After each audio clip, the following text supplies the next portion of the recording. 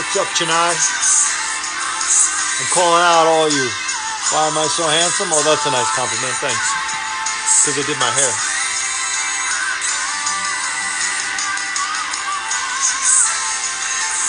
Oh, I'm looking so handsome, everybody. Wow.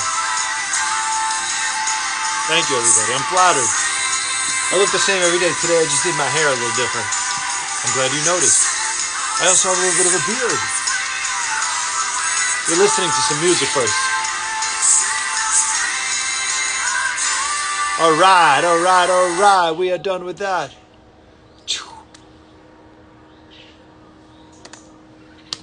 What's up, everybody? Okay, first and foremost, welcome to Stories of Hope. Thank you so much. As the audience gets bigger, I want to know where all you're from, because I love to call it out. Thank you. And we have a birthday today. Happy birthday to the one, the only, the iconic, inspirational Karanjit Vora, a.k.a. Miss Sunny Leone. It's her birthday. Everyone say happy birthday, because she's probably on the chat. Maybe she's not. What's up, Mauritius? I love Mauritius. I had such a great time there. What a beautiful place. What beaches, what water. So everyone, you can say, hey, what's up, Lucknow? Everybody say happy birthday to Miss Sunny Leone. More Lucknow. What's up, Lucknow? We're going to be starting a show. I think it's going to be a shorter show today because I have a cake to cut. But it's going to be a great show. We have someone so unbelievable. So we're going to dive right in because he's going to join us. We are early today. I am 5 minutes early because... Please turn your mic on. I can't hear anything. What's happening? Hi, Yusuf. You can't hear what's happening? Is it my mic? Hello. Am I audible? Give me thumbs up if you hear me. Someone give a thumbs up. What's up, Lucknow? Happy birthday to Miss Sunny Leone. Thumbs up if you can hear me. Do. Anybody? No thumbs up if they can hear? Can they hear? Can they not hear? Your mic is fine. Thank you, Amy. Thank you. Thank you, Yusuf. Thank you. Oh, thumbs up, Yusuf. Good job. At least I know your heart's working perfect. Thank you. Thank you, Amy. Thank you for joining, Amy. Okay, we're going to dive right in. As I said, great birthday today, so I'm making this short because I'm going to eat some cake. And Amy, as you know, I shouldn't be eating the cake, but I'm going to eat the cake because I'm going to be a fucking pig and I don't even care. And I think that you know about that. So... here we go. Stories of Hope. Thank you so much for joining me. Again, today we had like a slight fluctuation. I think we're at about 3.5 lakh new cases. Deaths are up. That is going to happen as we sort of peak and then come back down. It's unfortunate, but it does happen. Studies have shown that through country to country, it has happened. I'm looking this way because I'm looking at some notes because I can't memorize anything right now. My head is totally like filled with shit all day long. So, I want to thank a few people. I want to thank the frontline workers as I do every single day. Yesterday was Nurses Day. Every day is Nurses Day. Every day is Doctor's Day. Every day is Frontline Day. If I'm talking too fast, then you can just rewatch this on YouTube or Facebook or wherever you want to. Because I do talk fast because I got stuff going on and I want to give lots of shout outs to people. So all the doctors and nurses and frontline workers, thank you so much. You're doing an amazing job. Tomorrow we have a doctor on from Yusuf Sippy, actually. Thank you, Yusuf. She's coming on. Dr. Priyanka is coming on tomorrow. She's going to be amazing. She is literally in the front line. She's in the ICU nonstop, 18 to 20 hours a day. And we are going to have her on tomorrow. She's going to tell us everything that is going on. Now,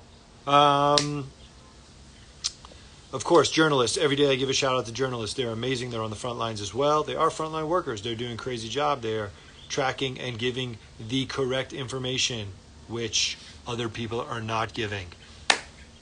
The journalists are giving. Local journalists are giving. Now, I want to give a couple local stories of inspiration. Number one, a female constable in Delhi. She took in a 6-month-old child because the child's parents are COVID positive in the hospital and they did not want to risk the child something happening. The constable took in the child and is with the child now. It is amazing, selfless. You are amazing. I don't know your name and you are amazing. and I hope you hear this. Mahir Oxygen is giving free oxygen cylinders in Mumbai. You can contact them. We will put their post up so you know who they are. So is Rahat Shaheen. I don't know how to say the name, but I will be putting their post up as well. They are giving free ambulance rides and oxygen services to people in Mumbai. They are doing an amazing job. I will post them in case people need resources at all. Let's see here what time it is. It is time for the one, the only. I'm going to give him a shout out. Should I give him a shout out before I call him on, or should I just call him on? First, I'm going to give him a shout out. The person coming on today, his name is Anand Chulani. Anand Chulani is India's #1 success coach. He's an international speaker. He is an expert in mental strength and well-being. He has coached over 500,000 people in 30 different countries. He is absolutely a champion when it comes to happiness, success, and to teach people how to be unstoppable. So, we are going to get him in here. Should we get him in here? Let's try this out. Let's see if Anand is available. Anand. Whoa, that was so fast. Because I'm going to ask him where he is. Because I know he's not in Mumbai.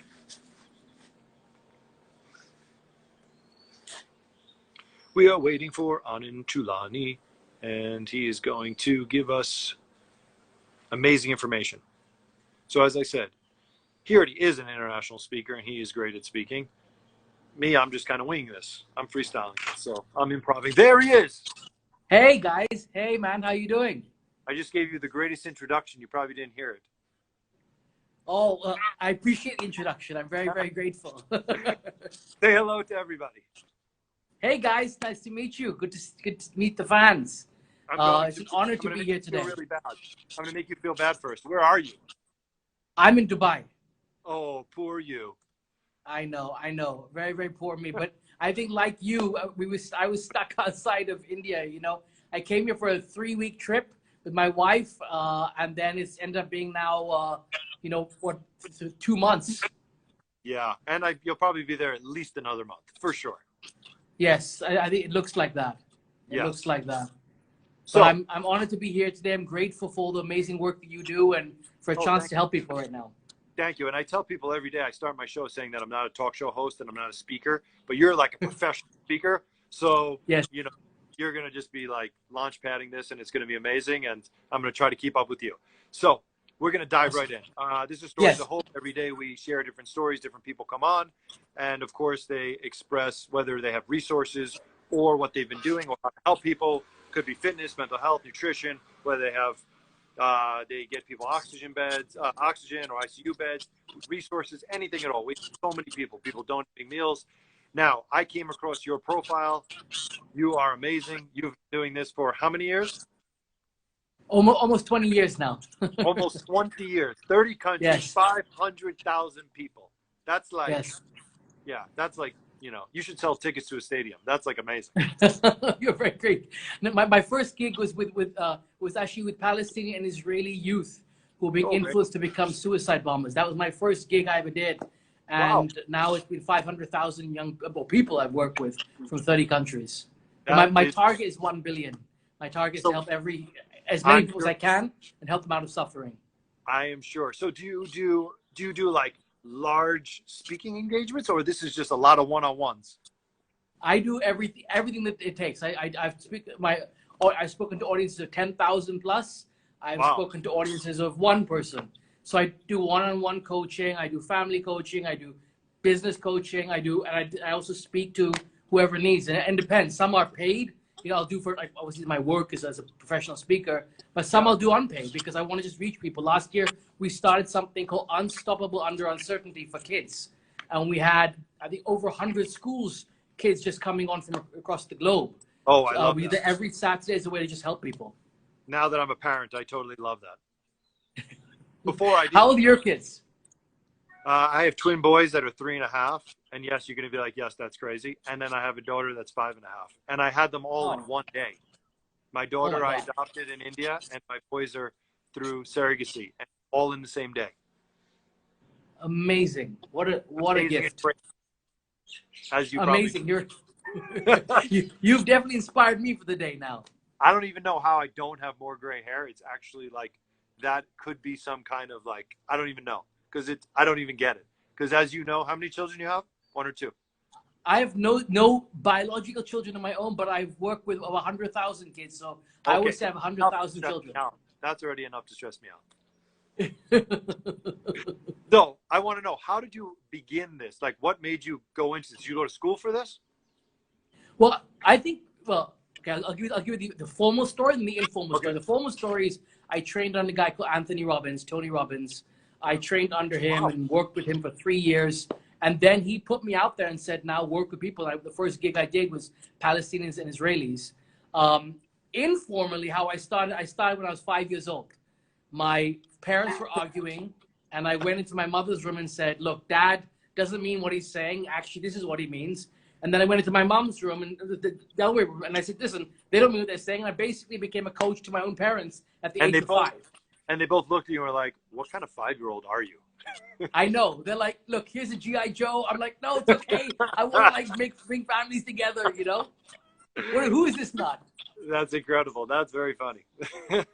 Okay, we're going to dive right in. I want to know.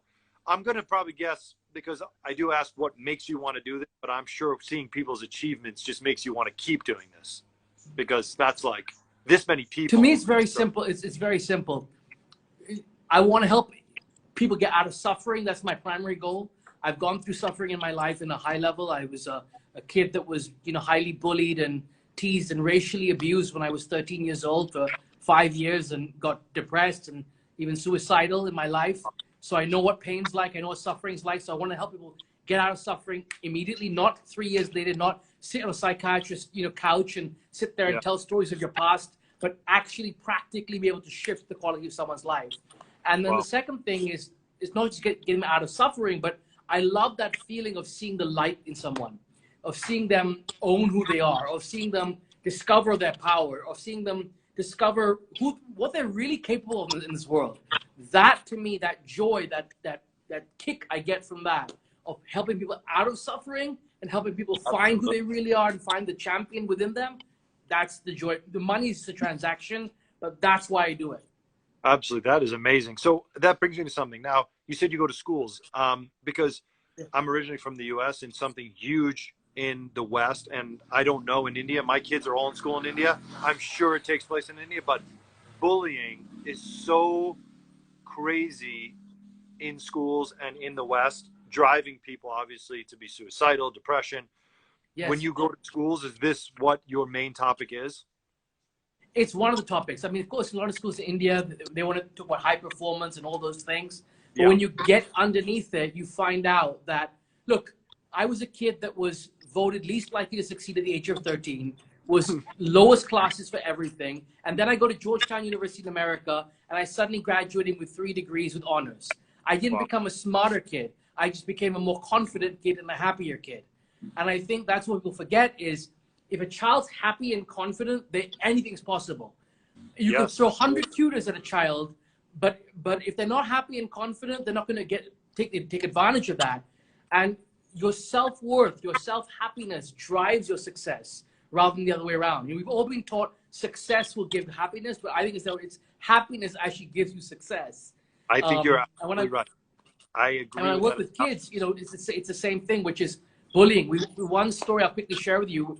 Work with a school in Bombay and Mumbai, and I walk in there, and I was told this class of kids is the highest class of kids of bullying in the school. Wow. And I do an intervention on this one kid who's being bullied. He's the most bullied kid there. And we turn him around, and then I asked him a question and said, when you were hurting, did you hurt anyone else? And he goes, yeah, I hurt that kid. And he goes up to that kid in front of his entire class and apologizes to them. Then that kid apologized to the next kid. 2 hours later, 50 kids in the class all apologized to each other, all said, I'm sorry I've hurt you. And they vowed to be a zero bullying class. And now this class has the lowest bullying in the entire school, and they're inspiration to others. Wow. I love that, because this is one of my biggest fears, like having kids in school, it is my absolute biggest fear. And I have such a mixed modern family, and I got, so I fear obviously every day, whether it's my daughter that's adopted and my boys that are surrogates that are in India in school, which they, as it is, stand out, and will they be bullied? I think about this all the time, and I know it's like weird and you shouldn't stress about this, but it's such a thing that I grew up with in the States, seeing this in such a dramatic and really, really crazy way, like just in your face. People don't even hide. They just bully, and they don't care the repercussions and the effect and the long-term effect. And I know many people of my age, I'm in my 40s, and I know people that have been affected by this for decades later because they've never spoke about it. Yes, yes. To me, the most powerful form of bullying is not actually physical bullying, is not even cyberbullying. The most powerful form of bullying is personal bullying. And that's what the bullying we do to ourselves. I was bullied for 5 years, but I continued that cycle of bullying myself for 20 years plus that. Inner critic beating me up for not being up to what I'm supposed to be in life and all those things. And I think if you can get rid of the inner bullying, then actually the outer bullying sorts itself out. Because the kids that bullied me, the kids that were bullies in this school I referred to, were kids that were already beating themselves up. But because they were so hurt, they took it out on other people. And I truly believe hurt people will hurt people, but a happy person won't hurt someone else. You're absolutely right. I like that line. That's a really good line. I'm going to take that line and I'm going to put it on my repost of you. I love that line. Okay, lovely. That's really good. Okay, we're going to dive in. I got some other questions I want to ask you. Sure. Right now, during the pandemic, has your gears sort of shifted to helping people in the pandemic and what with their needs and all these kinds of things that have been going on in the pandemic? Tell me, how has it shifted? Absolutely. I mean, right now I want to help India as much as I can, in whatever way. I mean, of course, I'm doing whatever I can in terms of fundraising for oxygen and all those things. I've got a few friends of mine who are doing some great campaigns around that. But for me, I'm not just looking at the immediate problem in India. I'm also looking at the long-term problem that I see in the horizon. It's one thing is the immediate problem of people's physical health, but I believe people's mental health is going to be huge affected by this. In terms of people being scarred by what's happened, losing family members and grief therapy and all these things are going to be needed right now. So for me, what I'm doing is looking at, okay, how do I help people long-term and short-term? Short-term, I'm doing things like I'm speaking to a COVID center, the NESCO Center in Mumbai, to all their doctors and all their staff. I'm doing a session for them, not just motivation, but really giving them tools to be less stressed, to be less anxious, be able to calm their minds so they can be focused. I can't even imagine what they are going through day to day. And I speak to the stories I've heard are to me gut-wrenching. And I believe one thing, sorry to interrupt you, but to me, we put Bollywood stars on pedestals, we put IPL cricketers on pedestals, but to me, the real heroes of India are not athletes, and they're not Bollywood stars, and they're not all these people. It's these people on the front line. You're absolutely right, 100%. And you know something? Even my wife will tell you the same thing and says that always to the media. The wrong people are held up to the wrong heights. It's actually very interesting. Now, it's great, but in times like this, you have to realize what the frontline workers really are, because the country cannot survive without them. Absolutely. And that's where we really need to give our support. And whatever way we can, and like I said, there shouldn't be a competition about who's helping more and who's it's not about guilting each other. It's not about competing with each other. We need to get out of this competition mindset. We need to just focus on what's the truth within you to help. What's authentic to you to help? Is it to give money? Is it to help for this cause? Is it to give a talk? Is it to post a quote every day? Is it to volunteer? What can you do? Just find what's authentic to you and give that. But don't be pulled into, oh my God, they're doing this, so therefore I'm gonna give based on guilt. If you're doing that, you're not really giving for people. You're doing it to get something back. Holy shit, you really are a good speaker. I'm motivated. This is like, I'm serious. You really are a good speaker. I need to take a course. I'm serious. Wow, that was really inspirational, by the way. What can you do? I love that. Jesus, that's like JFK. What can you do? I love that. That was really amazing. Tell me, tools that people can use to get through this anxiety, stress. Everyone is stressed. I'm a happy person. I am stressed. And I'm not stressed over money or do I have a place to live. And thank God I am, right now, I am not positive, but I am stressed because the situation around me is just stressful. Watching people sick and passing away is just inevitably stressful. You feel like the walls are closing in. How do you deal with this? Because I want to know for myself. Well, the first thing I would say is watch the TV call your mind. You know, we can watch TV all day, but our mind plays different, it's like different channels we have there. And if every channel right now is playing COVID, then you are just feeding the anxiety that there's two diseases going on. There's the disease of COVID, and there's the disease of the fear of COVID. But I have the disease of my addiction is that I have that addiction. I need to know what's going on at all times. I watch minute-by-minute news from Delhi and everywhere, what's coming out from the center. And like, I'm that kind of person. So yeah, I know it's feeding into it, but how to tune it out, because I also sort of need to know what's going on, I feel like. Absolutely. Well, the two things, right? There's massive uncertainty, so we need certainty. So we get certainty from two places. External certainty, which is the news or information, which we need. It's important so that we can prepare, so we can respond. But what we also need to shift is to going to internal certainty, to getting certainty from ourselves, from getting certainty from our faith. Right now, you can choose fear or you can choose faith. You can choose, and what's the difference between fear and faith? Simple. One is an imagination that's undirected, and one's an imagination that's directed. Your mind is just a computer. It's not who you are. You can control those thoughts. Every morning I go for a cold shower. I don't want to go for a cold shower. When I walk in the cold shower, I tell my mind, I control you. You don't own me. When I say we go, we go.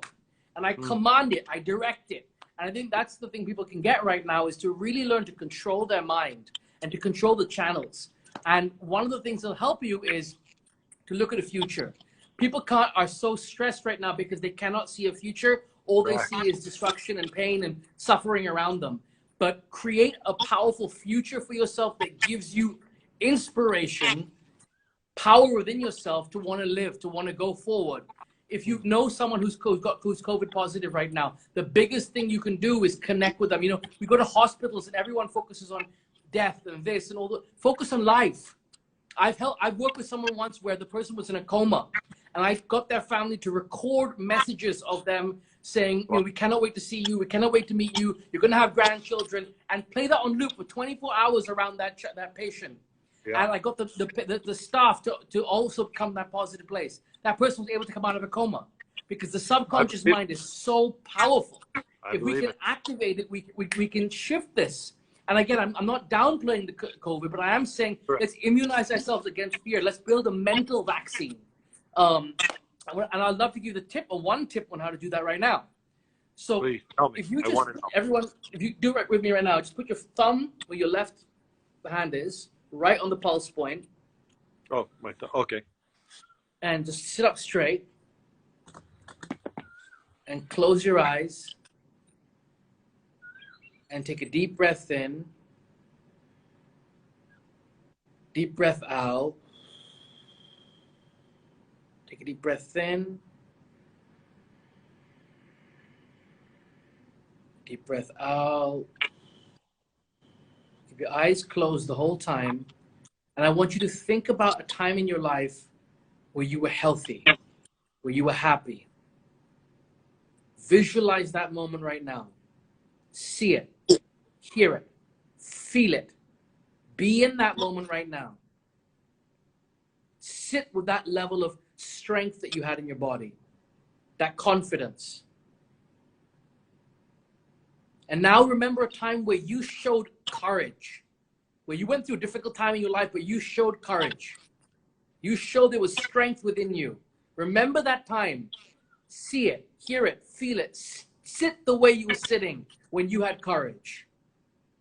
And breathe in and out. And say, peace, peace, peace. Or you can say Shanti, Shanti, Shanti. And now breathe in, breathe out. And now visualize a future memory, a happy moment in the future, a moment post-COVID, a moment where you're healthy, where you're happy. Visualize and see an India that's healthy, that's happy. See the stories of courage. See the stories of inspiration. Visualize that future. A courageous India, an inspired India, a happy India, a healthy India, a healthy family of yours, a happy family. Visualize it, see it, hear it, feel it. And just say, peace, peace, peace. Shanti, shanti, shanti. Breathe in. Breathe out. Slowly open your eyes. Dude, you're good. Tell me, how do you feel? You're good. I'm so glad this is on recording so I can have this to listen back to. Wow. Absolutely, it's very man. inspirational. It immediately centers the brain, centers the mind, and balances the mind so that you can be present. And when you're present, in the moment, you're grateful. When you're grateful, you can also see a future that you can be excited about, inspired about. Wow. First off, I thank you for that. I'm sure my wife will thank you for that too, because she always tells me that I need to like find some zen and find some center, as she says. So, wow. Thank you. Well, go back. Whatever you saw as your future today, go back and share that with your wife. And tell her, you know, the reason we're here, the reason we're working hard is for that future, for that vision. Wow. You're full of really great lines. I love this. You are so inspirational. I swear to God. I don't say that. I never say that to anybody. I swear to God. I want to thank you for being on. Do you want to tell people where they can find you? Sure. I'm on Instagram, so please, if you message me, I will message you back directly, or I'll even voice message you. If there's any issues you're going through, any problems, please share them with me. Also, you guys can go to my website, anandchulani.com. In fact, if you put your information in, there's a free audio I've created for people on how to charge themselves physically, mentally, emotionally, and spiritually.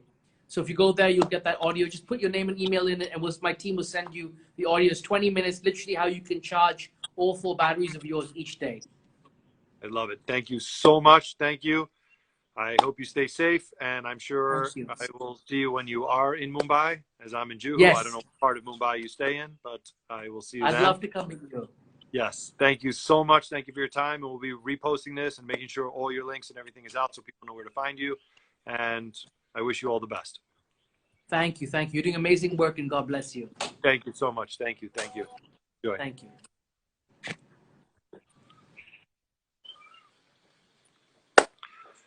Okay. Anand Chulani is amazing. I'm not even saying that. I don't even know him, and I'm telling you he's amazing. That was very inspirational. I don't know about you, but you guys should check him out, look him up. That was so inspirational. What he's doing during the pandemic is super inspirational, helping people get through. Everyone has a heavy mind. Everyone has 1,000 pounds on their chest. Everybody's stressed out, anxiety. So that is like, I'm amazed. He really is great. So I want to thank everybody, and you can check out this episode and all the episodes or the segments, not even episodes or segments. You can check them out on Instagram and Facebook and YouTube, and we'll strip the audio later on. And yes, thank you so much. And stay home because you have no choice. Wear 1 mask, 2 masks, 3 masks, whatever the rules are. And be safe, everybody. And I will see you tomorrow. We have Dr. Priyanka tomorrow, who is in and on the front line, in the ICU, every day, 15 to 18 hours. She is going to share what is going on and how she also stays mentally sane, I'm sure, and everything. So thank you very much. And one more time, a lovely happy birthday to the one and only Karanjeet Kaur Vora Weber, Miss Sunny Leone. I love you all. Thank you very much.